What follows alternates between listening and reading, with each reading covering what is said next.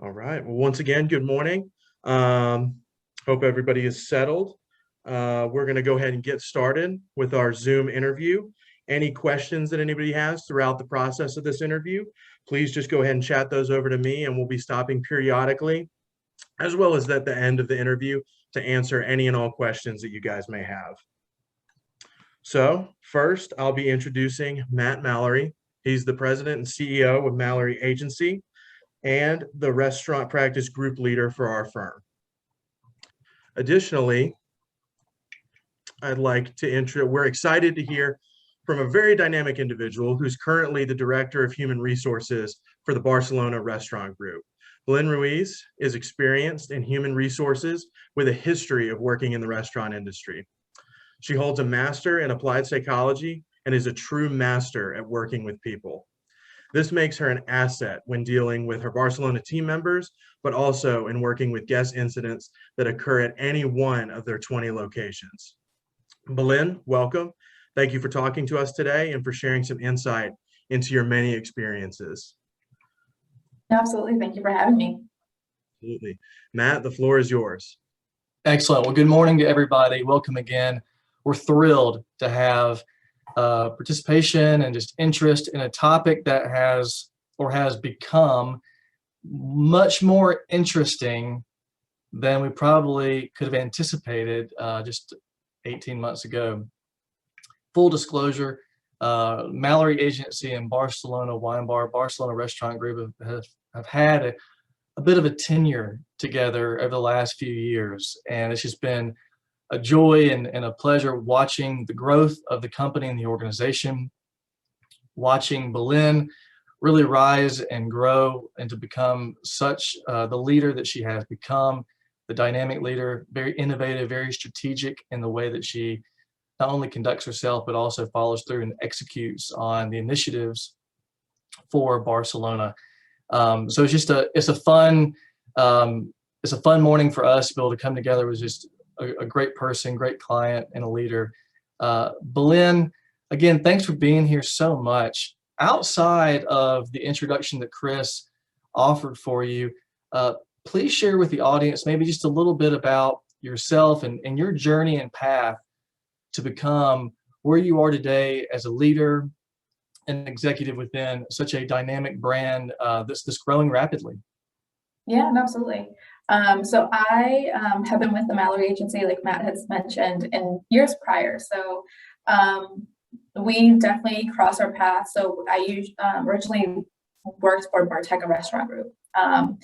Was hired with them many years ago, and that is the company, the holding company that was under Barcelona and Bartaco. So that's when we had a connection with the Mallory Agency. With them, I worked in many different roles within HR. Saw a couple of acquisitions within that same company, took us a sidestep away from the Mallory Agency within the first acquisition, and then we're back. So throughout those years, I have worked within the restaurant industry, but or the hospitality industry within restaurants and then hotels as well. So with the recent acquisition with Barcelona, Link being split off from the company that had acquired Barteca originally, we're back with the Mallory Agency in a different capacity and different role. So here we are now. That's right. Here we are now. And what a season to be in. Coming out, well, I keep saying coming out of, but we're certainly still in this COVID and pandemic season. And but you know, your team, Belen, has just made the efforts, the pivoting, the strategy really look easy.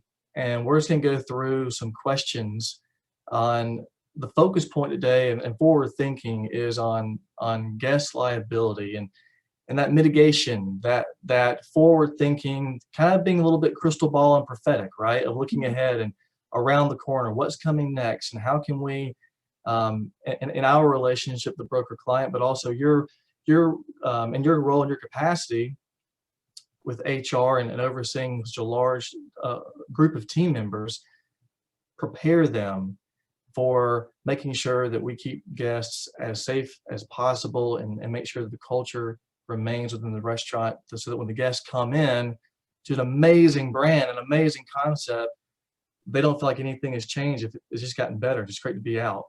When we're looking at that, you know, the seating for guests, COVID has created a kind of a new and unusual environment within the four walls of a restaurant.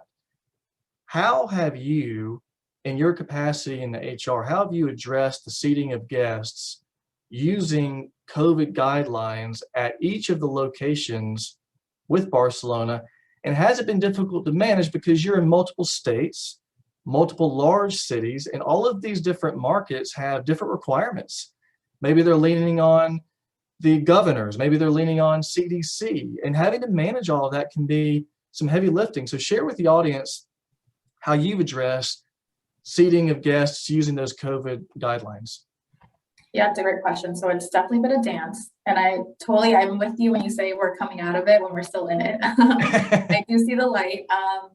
But going back to, I did this for 18 months, beginning of kind of when all this started, very much crystal ball of trying to understand how to create a process, but there not really being that much guidance available at that time. So I think for us, right, safety was the major concern. It's always has been for our employees. At this point, it's more heightened for both parties involved, right, guests and the employees more so now with the global pandemic. So with us seating, it was a little bit hard to manage in the beginning, right? We are 10 different states, and to your point, right, some states might have some sort of guidance, but then it goes down to the city level. So we saw that in specific areas.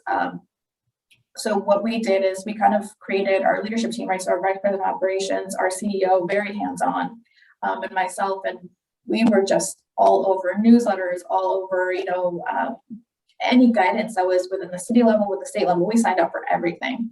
At that point, we just thought over communication was the best thing to have.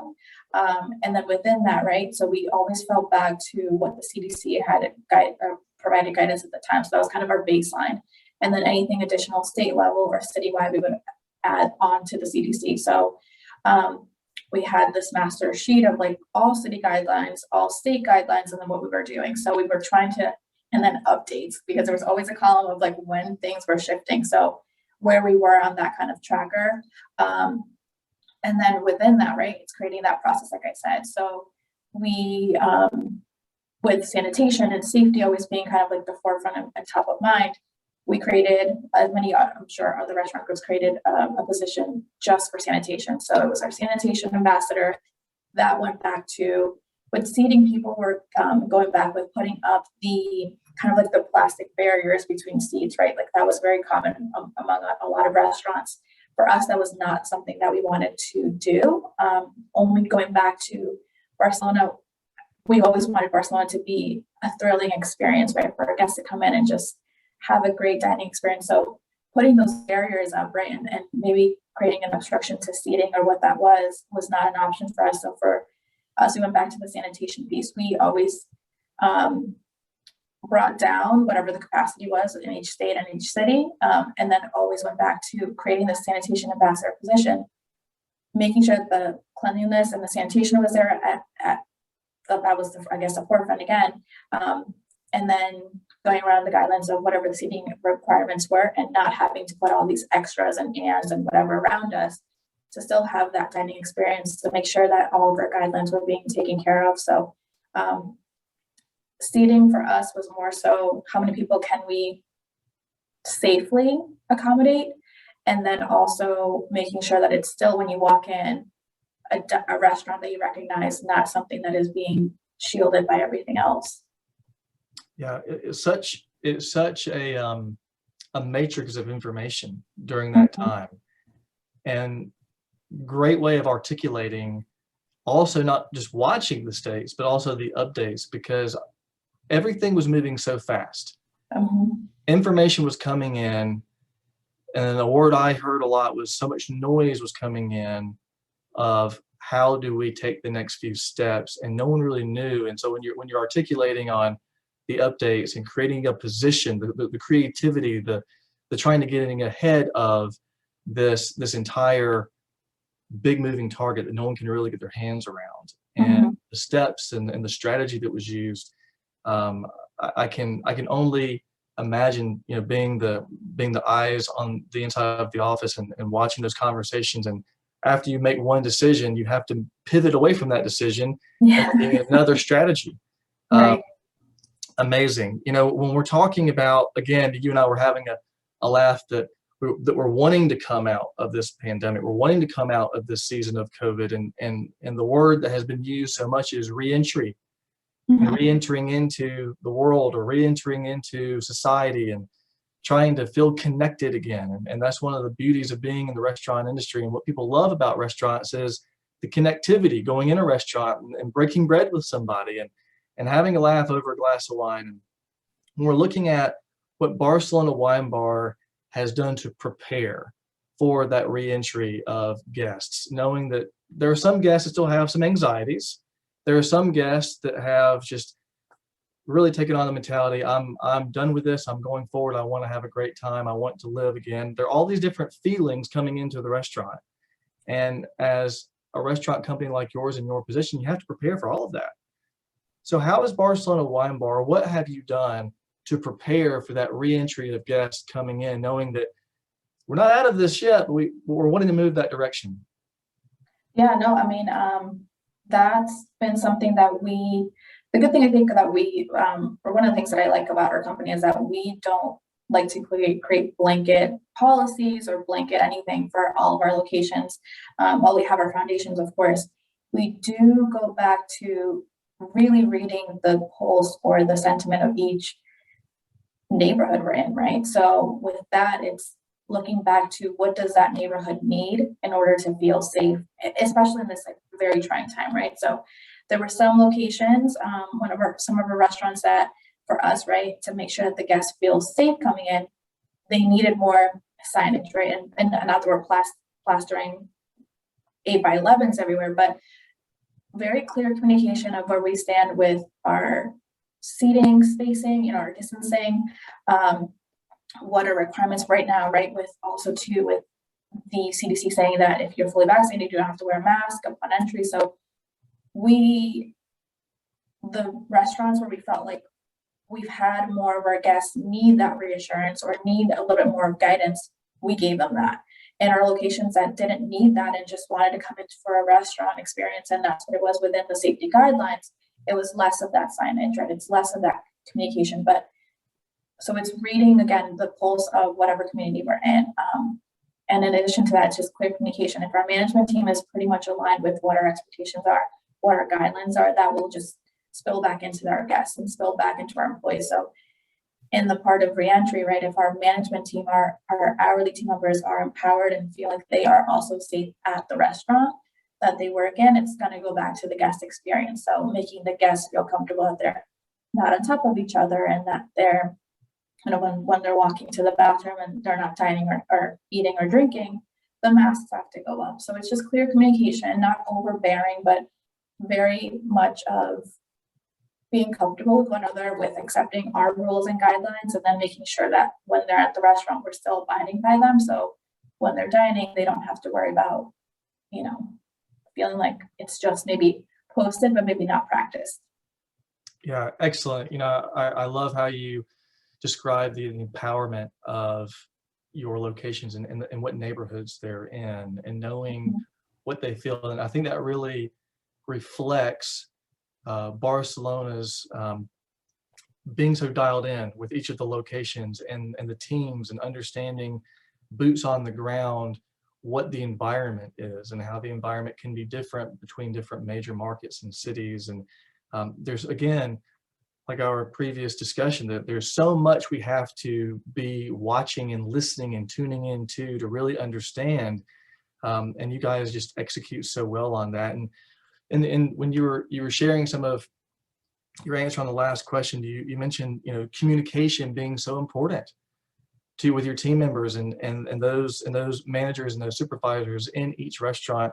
That's really just a great segue into our next discussion, our next question. How critical communication has been and how critical it has become, that no longer we can just cast out visions and strategies. We have to highly and hyperly communicate to our teams. Let's talk about that a little bit. And when we're looking at leadership with not only just the executive level, but also per unit level. Share with the audience how GMs and the staff have had to or been asked to, required to communicate to leadership. So we're going upstream and then back downstream in communication on guest liability claims specifically. So we're talking about this reentry, we're talking about all the measures having to come into place, and that there's communication with that topic alone. But then there's also heavy communication we have to have on when we do have a guest claim and those accidents do happen, how quickly and how does that communication go up and downstream? Share with the audience how you have designed that, what that looks like. Yeah, sure. So with our management teams, going back, I mean, I always say like clear communication. I think that's just like the best way that you can expect everyone to be on the same page, right? And not having to guess where someone might have an understanding of where you are, what the process is. So with us, right, not knowing really if anything would be classified as a real claim or whatever. We're not the judges of that. I mean, we have insurance to do that and have the adjusters deal with that. With us, it's just let us know when something's happening, right? Like we'll have the insurance company make sure that they make the right call, but at least we'll report it. So especially with COVID and making sure our guests are safe. So what we've done is we have we've always had it, but it's just a reminder of use one specific email address, right? It doesn't have to be on the GM. It's just any manager who experiences this, a guest situation, there's a form, right? Follow the form, very clear, specific questions that need to be answered, write as much as possible with details, and email to this one group. This one group encompasses our VP of Ops, myself, our CFO. She's linked to all of our liability and all the financials. So it takes away with trying to, at that moment of when a guest may be injured, when a guest may have an issue, who do I reach out to? And it sounds very kind of elementary and simple, but I think it's just very clear, right? Here's a form, fill this out, we'll take care of the rest. If you don't have to do anything besides that, just notify us whenever something happens. So, yep, here's the form, here's this email address. We'll get back to you if there's any questions. But the message behind the management team, especially right now, it's have the open lines of communication, make sure that we're in the know and in the loop, and then, we'll get back to you if there's any questions, but we'll handle the rest.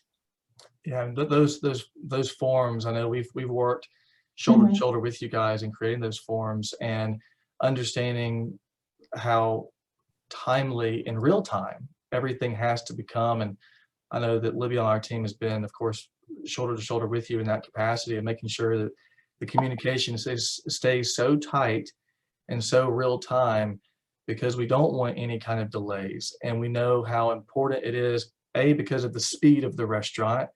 And when you compound or bring together the speed of the restaurant, maybe a labor shortage you're having to deal with, maybe some COVID restrictions.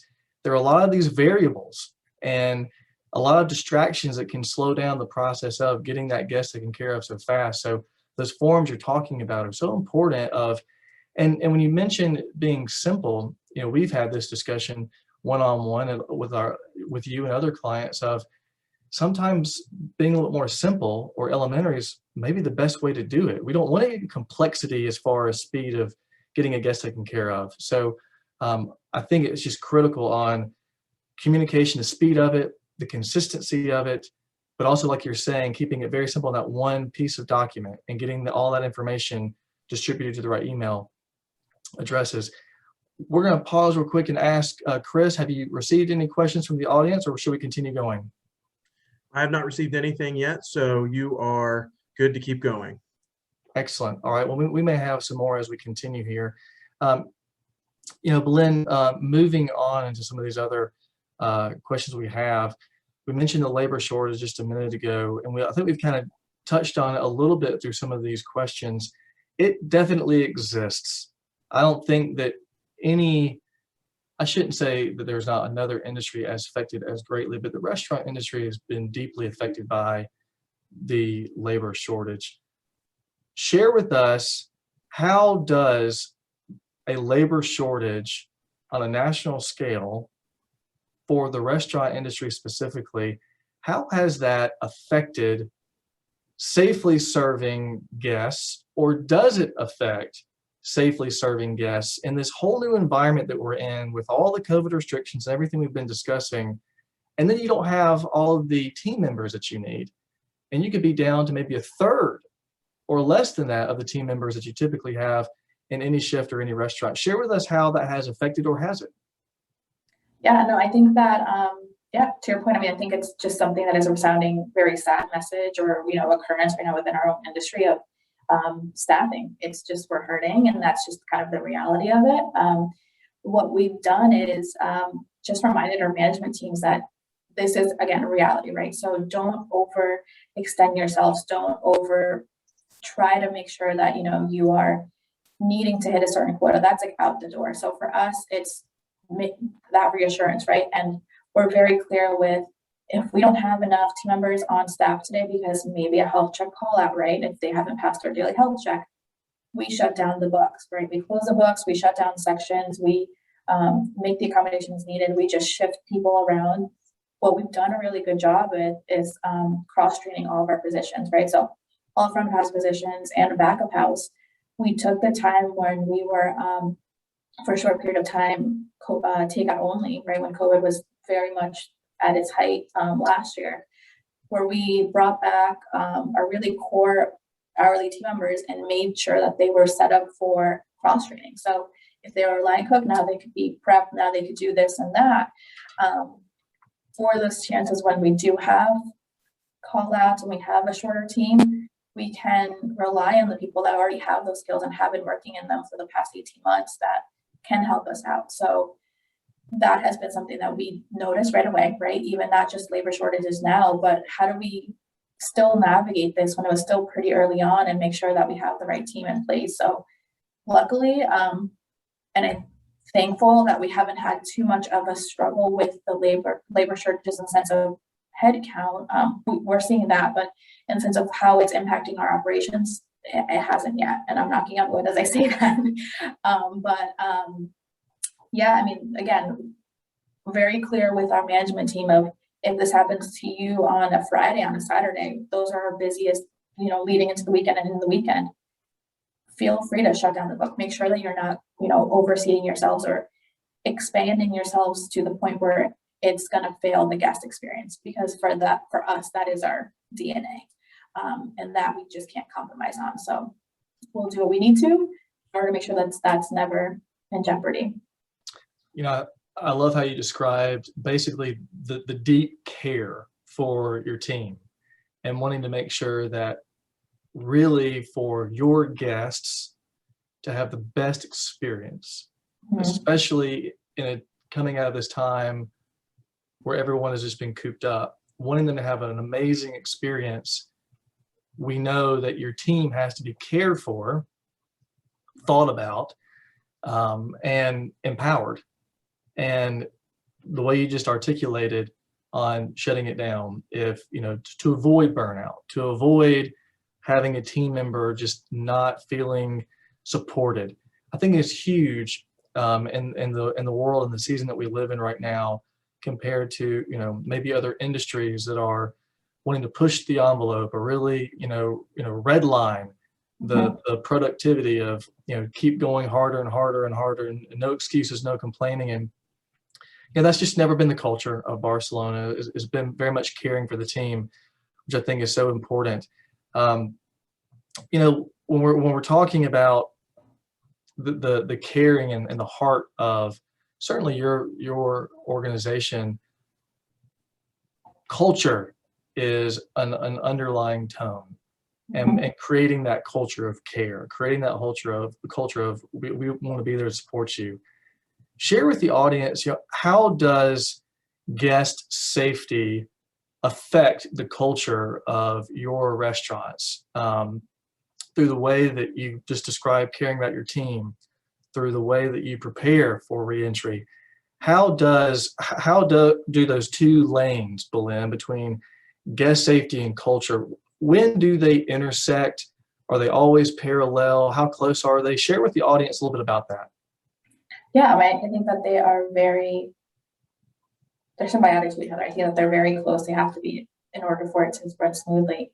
I think going back to, we really try to make sure that our team members, right, were, like I said, mentioned, that they felt safe. Our management team felt safe, right, going back into COVID, into the height of it. And with that, right, it's resounding. If they feel safe, if they feel that they can work in an environment that is safety is a top concern for them, and well-being, burnout, right, all that stuff that's being taken care of, and it's not a problem. And it's going back to, at that point, right, the hourly team member and the management team taking care of our guests and their safety. So when we went back, or after that small space of just takeout only, we had contactless payment and contactless ordering. So with that, right, it was making sure that our team members offered that as an option to come back, or when a guest came in at the time of entry, working with the guest to see, are you comfortable with in-person dining, or being taken care of by an hourly team member, or would you prefer this option? So it was a communication that both parties need to be comfortable with. And I think with that, it's you had to just have a read with your guests, and most of our guests, I'd like to think, are regular. So it's like seeing that friendly face back and having that conversation with them of making sure that they're comfortable, because at the end of the day, right, like if you have a guest that's happy, then everything else is just going to flow smoothly. So I think the culture of it is just more of making sure that everyone within our four walls, guests, employees, whoever it is, vendors, you have to, safety, is our concern. Everyone's taken care of, and if that's all those boxes are checking off, then it kind of speaks back to, with it being super organic, our culture of just taking care of each other. The word I was thinking about when you were sharing all of that insight is just awareness. How aware Barcelona is, how aware your team is of the needs of the guest, the needs of the team, and how those two lanes intersect, and really creates the experience that your guests are wanting. When they can feel that, and it becomes that, that palpable experience of the team is cared for, I feel cared for, and that creates the reoccurring guest. The regulars coming back and enjoying, all of the food and beverage that they've come to know and love within the Barcelona menu. We're talking again about the safety of guests and culture, and how that can really infiltrate and permeate through the entire restaurant. What's interesting, I think, within the restaurant community that is seen less than in other industries is maybe incentivizing or celebrating safety, or incentivizing and celebrating employees that are being aware, but doing the simple things, but the simple things that work, right? So with your restaurants, all employees are wanting to be kept safe, and of course wanting to keep the guests safe. The employees feel safe, and the guests are going to feel safe too.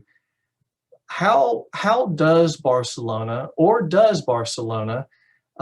incentivize or celebrate the creation of a safety culture for the guests? Share with the audience a little bit about what you do, or what Barcelona strives to do to create that celebration of safety. Yeah, sure. So clarification on the employee piece, or for our guests? Let's start off with the guest piece, and we can move into the employee piece. Yeah. So it's kind of just going back to the questions that you kind of asked me a little bit already. It's when something happens, right, with any guest, and it might be that a team member is the one who witnesses it. It's that communication, right? It's making a manager alert of this is happening, and they just know that all we need is just that initial report, and from the team member, and also from our management team. And then at that point, right, it's escalating it up. So it takes it away with, if I see something and then it's this long process, or it's this very complicated process that I have to go with in order to report something.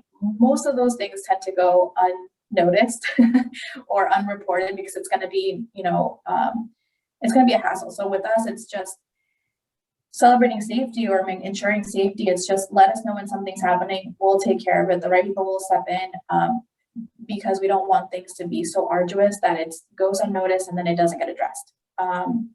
So that's as simple as we're going to keep it with the hourly team member. We don't want to burden them with, if you see something, these are the things that you have to go with. These are the things you have to report. It's just grab a manager. With any guest situation, with any situation really, it's always grab a manager. They're the ones that are well equipped. If the manager doesn't know, totally fine. Grab someone who you think might, or call someone here in the office. I mean, all of our managers have my cell phone number. Our VP of Ops is very available, and so is our CEO. So it's always like communication. It's always a team effort. So in order to make sure that guests are taken care of, it's that if you don't know how to deal with it, grab somebody that will help you, and that will essentially ensure that everyone's taken care of, right? It's always going to get handled. And it's kind of easy as that, and it's worked so far. So I'm not going to try to rock the boat with that process. But it's also too with COVID, right? Kind of making it a little bit more with looping it back with this conversation. It's when it's kind of touching base on the city specific, guidelines or whatever it is. We gave our team members the that information as well. Like, we didn't want to just leave it at the management level. We wanted to make sure that anyone who's working in a restaurant in a specific state or city that has something different with a different state or a city, they're aware of what those updates are. They're aware of what needs to be happening or what needs to be reported or whatever applies, because they're the ones that are working on site, right? They're the ones that need to know all this information. So not leaving it only to the management line to handle situations, but again, empowering our hourly team members to know the information so they can escalate it up. Yeah, I think the common denominator continues to be just the consistency of communication, For sure. and making sure that although being simple is still effective, and there's still we still see results from the forums that we created together, to the follow through of that communication to make sure that everyone is, although it's not an expression I love so much, everyone really is on the same page and doing the exact same thing. And when we're doing that, we're headed to a common goal. And we're talking about some of these actions, and that's what we're discussing, some of the actions that we're taking. Again, albeit a little bit simple, they still are effective.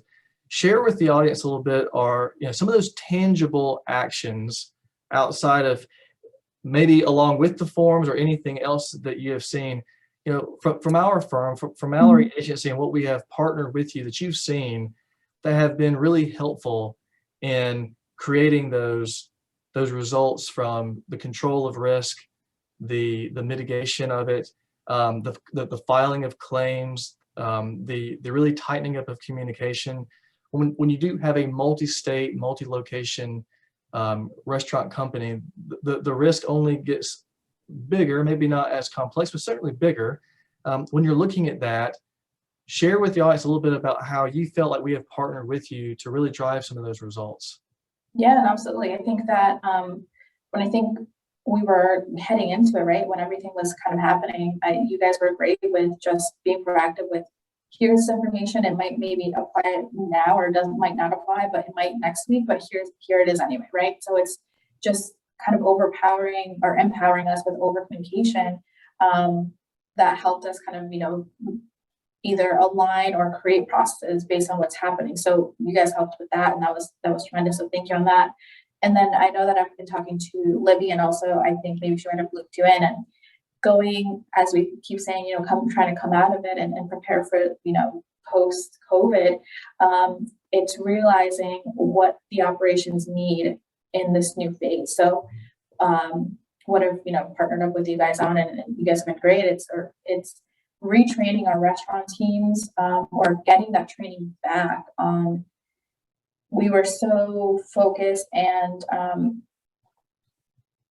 COVID being top of mind, safety, sanitation, all that stuff, right? And just kind of retraining our wheels again to going back to the basics. So what I've partnered with Libby on and your agency is getting that training back that gives us back the fundamentals. So we're not changing the process again. We're not trying to create something a little bit more or make it more difficult, but it's more of a let's go back to the fundamentals. Let's start there, and then we'll get back to, and then that will just lead back to, I remember that this was the process. I remember that this was it, but a refresher on everything that we need to do. So what you guys have been great on, and feedback wise is I think we need a little bit more of a pressure on workers' comp for our employees, right? What Olivia and I have been working on is let's make that a little bit more simple, right? So when a call is called in, what are the key points that need to be addressed? Putting that, again, I think forms for me are great. I know that our management team, they pull it up on our LMS and they just see exactly what they need to know. So now it's going back to the fundamentals. So we already have one for guest liability, right? So they know that process right off like the back of their hand. Let's create that now for their team members, because it's going to be something that we're going to have to come back into regular operations. You know, things that might be important right now might not be as important in a couple of months, but what is important is always our employees, right? Always that safety. So let's give you the tools and the guidance in a very clear way, you know, going forward. So you guys have been great in the sense of like, I'm like, hey, this is what I'm thinking we need help on. And you guys have been, you know, proactive and helpful with, let's try to create a process that will get us there. So you're always just listening. That's what I will say. Well, you know, it's been a wonderful partnership, and I love the word usage you just picked of the fundamentals. And when you're thinking, you know, big business or big risk, a lot of times fundamentals are not associated in that same sentence. Everyone wants to think the complexity and the big picture of it, and sometimes even, you know, make it more complicated than it could be. And if we do have the fundamentals, if we do have the foundation, if we do have everyone speaking the same language, on the same lane, everyone together in the exact same way of thinking, what we're able to accomplish and the results we can drive, it is an interesting experience compared to maybe a feeling when we were really in the deeper part of the pandemic, of feeling maybe overwhelmed of what do we do and how do we handle this and how do we mitigate and how can we be proactive with everything that was coming at all of us. And I think it took a lot of effort on both your side as the client and us, of kind of quieting everything down some and saying, what do we really need to focus on with all the noise? Let's filter through all this noise and really focus on the basics and making sure that we are sound in that kind of capacity. Chris, I want to pivot to you, see if there are any questions from the audience before we continue. There are. We do have a question, and it reads as follows. You've talked a great deal about the importance of creating a great customer experience. What advice would you give to a new restaurant with new team members who are fresh out of training when trying to create this great customer experience for new guests? Obviously, there will be hiccups in the process, but how would you recommend handling these mistakes when they do happen? Yeah, that's a great question. So what we do is we've had to, I love the word pivot. I know Matt has been using it, so I'm going to use it right now in my answer. We've tried to really focus our orientation, right? New hire orientation. So we always have ongoing training, ongoing messaging on our LMS for, you know, our current team members. That's where they find all their information. But someone coming in, unknowing us during this whole process, maybe a brand new hire, they're not going to have the same knowledge as someone who's been with us throughout this whole 18 months, right? Or even prior to that. So we really focus our orientation as the foundation of welcome to Barcelona, glad to have you be part of the team, especially right now. And then going back to like our state specific, also city specific guidelines, that's where we kind of drive in this information. Give them the guidance of, you don't know, that's where you grab a manager, right? Here are your resources, here's what we expect. If you have any questions, this is the time to kind of address it. There will be hiccups, of course, nothing is perfect, but at least starting off that foundation with your welcome, with your orientation is what we've seen to be the most effective right now. Excellent on that. Chris, any other questions? That's it for right now. Wonderful. Well, we are coming up to our time here in just a minute. Belen, just wanted to come back to you and ask if you've got anything else that you are doing as an HR executive outside of the questions that we've covered this morning. Anything else you would share, either if it was with a peer or just in general on this topic specifically, on trying to really keep a safety-centric safety culture and preventing that guest liability. We've covered an awful lot on culture and and reentry and trying to positively and proactively move through this entire season and prepare the restaurant for moving forward, preparing a restaurant to be able to welcome guests and ramp up. Is there anything else that we haven't covered that you feel is worth bringing up to the audience and making sure that others are not forgetting? Yeah, no, I mean, the only thing that I can think of, and I always go back to this, is just listening to your teams, right? Going back to kind of what I said about having a pulse on our communities for the guest piece, right? Of like what makes them comfortable. We did that with our team members as well, our management team. So for us, we knew that it was going to be a very hard time with everything changing, everything navigating, and everyone had a lot on their plates, and we still do, but we have to take that moment to kind of go back to our teams, right? And make sure that we're doing pulse checks with them. So we did office hours from a lot of top leaders here in the office, where we just blocked off 2 hours in our calendars, and it was just open hours, right? So we made it for hourly team members, but then also for managers, so that there was a little bit of a divide to make sure that concerns and ideas and everything was heard correctly. But we open the floor, you letting us know what you need, and then we can see if it's feasible, if it's not feasible at this moment, can we still have a solution for us down the road or in a certain time frame. And out of that, I mean, just keeping the communication going. I know we didn't have to. I know some states required a health check, right, for our employees. And we started off with a very simple solution with one of our vendors that we already have. They kind of spun around a quick health check, and we were utilizing that. And we just felt like, giving some feedback and just going back to the empowering of our teams, making sure that they're safe. We beefed up a little bit of our system and left that portion of our vendor. We still have that vendor, but that solution that they were offering us, and partnered up with another company that offered, yes, a daily health check, but it was also connected to a nurse triage team. So anytime an employee health checked out, meaning they didn't pass their health check, either via symptoms or exposure, whatever it might be, and not just COVID related, it could just be symptoms and non-COVID, we still asked them to sit out. We created a process, but we made them feel like really your safety is a concern. And here's a medical professional. If you don't have health insurance, if you have any questions, you have a resource that could get you safely back to work, and you don't have to feel rushed. So that was just something that we felt we needed to do for our teams to feel empowered and taken care of. But it came out of feedback from our team. So listening is what I would say is super key right now. We are advocating all the time to our managers and even our hourly team members, anyone in this company.